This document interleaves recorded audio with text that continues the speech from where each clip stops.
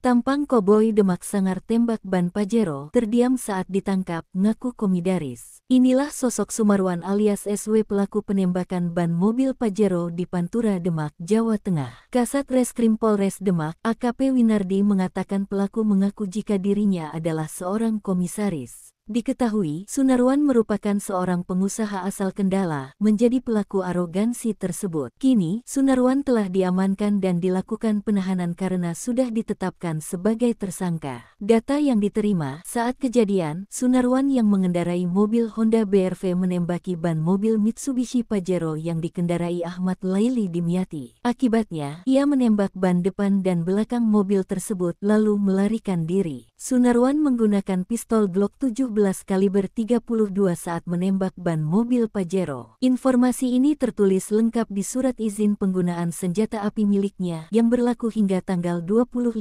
September tahun 2024. Pelaku dikenakan pasal pengrusakan atau ancaman kekerasan, yaitu pasal 406 ayat 1 KUHP atau pasal 335 ayat 1 KUHP dengan ancaman hukuman 2 tahun 6 bulan atau 1 tahun penjara.